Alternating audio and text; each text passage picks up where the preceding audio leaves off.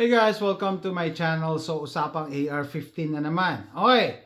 So, please bear with me. May kasamang kwento to, no? Alam ko marami na excited dahil nare-release na yung mga AR-15 nyo. And sabi ko, mag-share ako about isang failure of the AR-15 and ano ang gagawin nyo. And isa yan yung failure to eject. Failure to eject is mag-example tayo. Ayan. Sana ma-appreciate yung ginagawa natin na. Ito. So, by the way, ito, AR-15, 7.5 inch, 7.62 by 39. So, ang AR-15, pwedeng iba-ibang caliber. So, sabihin nyo siguro, ay, hindi mangyari sa akin yan kasi hindi naman uso ang 7.62 by 39 na AR-15 sa Pilipinas. Almost all is 223.556, pero you'll never know. So just in case mangyari sa inyo, and wag kayong magsalta na tapos kasi meron din kasing mga 223556 na steel case. So eto nangyari sa akin to, nangyari lang sa akin sa steel case na ammo tapos sa 7.62 by 39. Sa 223556, bihira mangyari sa akin kasi bihira akong gumamit ng steel case ammo. Pero just the same, gumagamit din ako ng steel case ammo. Bakit? Unang-una, mahal na ang bala ngayon. So, malaki yung diferensya minsan ng steel case versus brass case na ammo. So, ito, yan, steel case to na 223556. Okay? So, yung iba nagkakaroon ng failure using this ammo. Plus, yun nga, pag mahal ang bala, pag wala kayong mahanap na bala, nagkaroon ng ammo shortage. There was a time na wala kami mabili kundi steel case, then bibili ka ng steel case. And then, anong ginagawa ng mga gun owners dito sa steel case ammo? Ito ginagamit namin pang practice. And yun, marami nagkakaroon ng failures. And marami nagsasabi na, pag yung AR-15 mo hindi gumagana sa steel case, hindi yan reliable. Dapat kaya niyang kainin either brass or steel. Okay? So, ito, kukwento na sa inyo yung nangyaring problem sa akin. So, ito, ang nangyari, i-insert natin to. So, by the way, lahat na makita niyong barrel were safety check prior to filming. Yan, empty. So, i-feed natin itong basyo dito.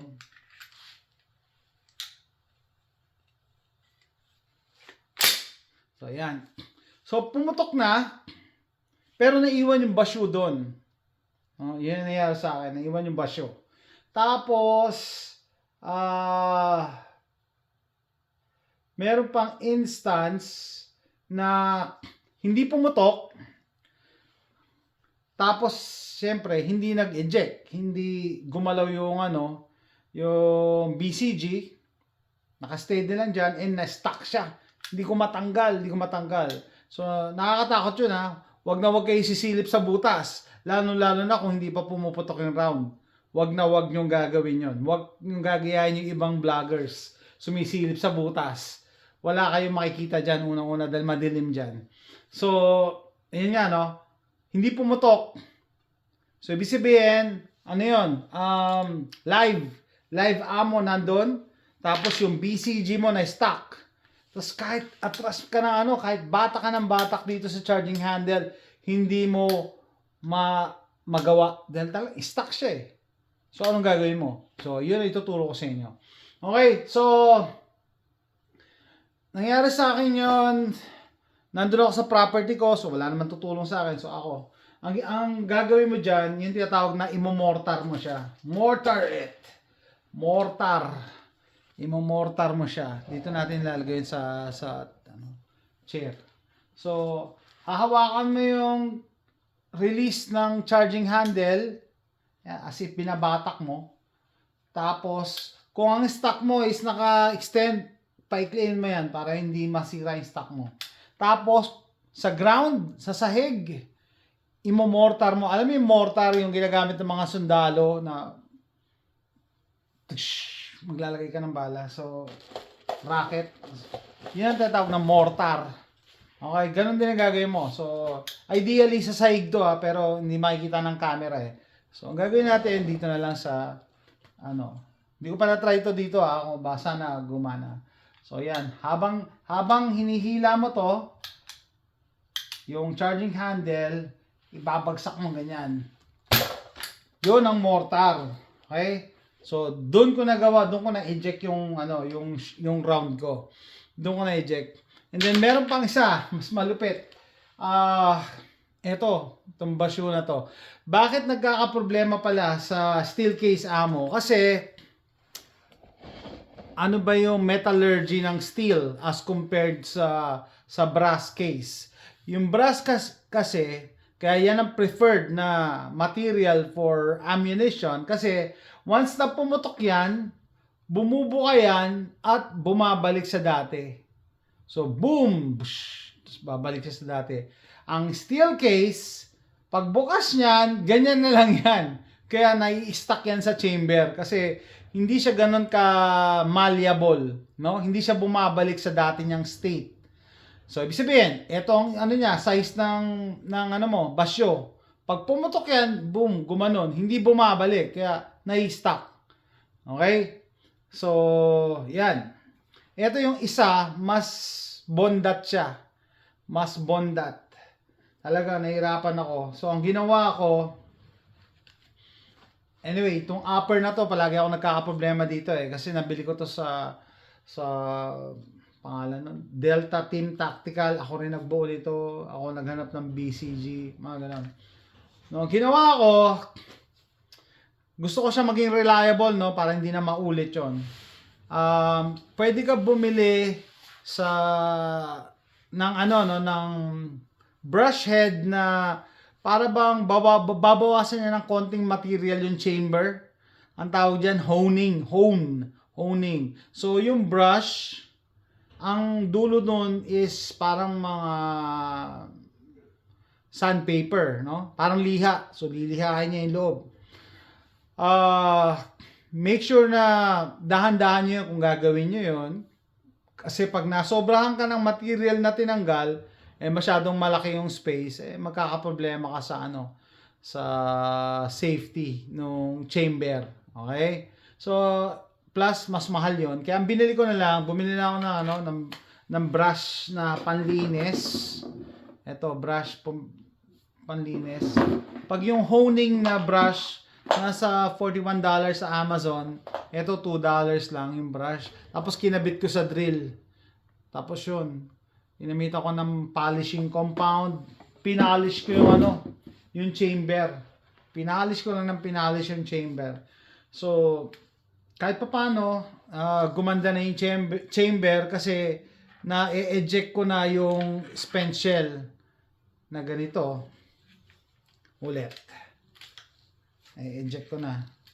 Dati hindi eh. So yeah, after polishing, yan na siya. So, ganito naman, ito nabondat yata to.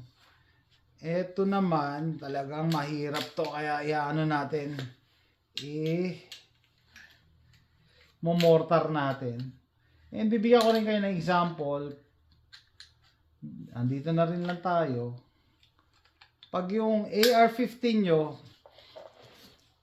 naging ganyan, tingnan nyo, hindi siya ganong nag-latch in, hindi siya ganong nag-close. Diyan papasok ang forward assist. Bira mangyari yan na kinasa mo tapos hindi totally nag-engage yung BCG. Ayan po ang purpose ng forward assist. So, lalapit ko ito yung gap. Tutulak pa natin. Ay, ito pala yung basyo na may problema.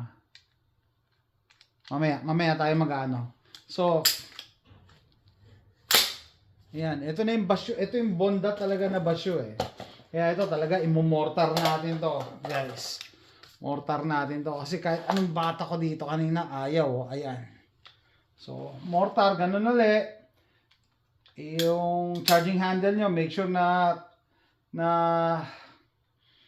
ino-open nyo, pinihila nyo, safe direction Make sure na hindi yan loaded kasi kung second floor, baka may tamaan sa loob. Pero ito, pinakita ko naman sa inyo, basyoto, di ba? So, yun, ang mortar. Ganun ang pag-mortar, ha? Anyway, hiwalay ko na nga yan. Asan yung isang basyo? Para ma-demonstrate ko rin sa inyo paano paggamit ng forward assist. Sabi ng iba, ay, iba hindi marunong gumamit ng forward assist. Yung iba, ako, ang tagal-tagal ko lang hindi, gumagamit ng AR-15 pero wala akong pagkakataon para gamitin yan. So, eto, ganito yung nangyari nga. Kita nyo? Dapat yan, saradong-sarado eh. So, forward assist ang ginagamit dyan para i-assist mo yung BCG na mag-lock. Tingnan nyo ha. Tingnan nyo yung BCG. Yan. Yun. Yun ang forward assist. So, iba feeling nila walang silbi to. Pero okay. Kasi, usually, ang training is top rack eh. Remove magazine, i-rack mo ng i-rack. Pero, at least na-demonstrate ko sa inyo para saan to. Yung forward assist. Ano pa? Yun lang, no? Dito lang ako nagka-problema sa 7.62 by 39 na upper. Kasi nga, gumagamit ako ng saan ba yun? Magamit kasi ako ng steel case ammunition. Steel case ammunition. Nagustuhan ko ito iputok. Bumili pa ako ng magazines bago. Yan. So may extra magazines na ako. ASC. Anyway, hindi naman yan popular sa Pilipinas. Ang popular sa Pilipinas is 556. 223 556. Ito 223 556 to. No? So far, wala akong problema dito. Pero just in case magka-problema kayo, dahil gumamit kayo ng for some reason, wala kayong makitang bala, gumamit kayo ng steel case ammo, hindi nyo ma-i-rack yung slide, gano'n ang gagawin nyo. Imo-mortar nyo yan. Just make sure na walang tatamaan sa taas. Meaning, hindi kayo nasa second floor ha. Tapos, safe direction palagi. And,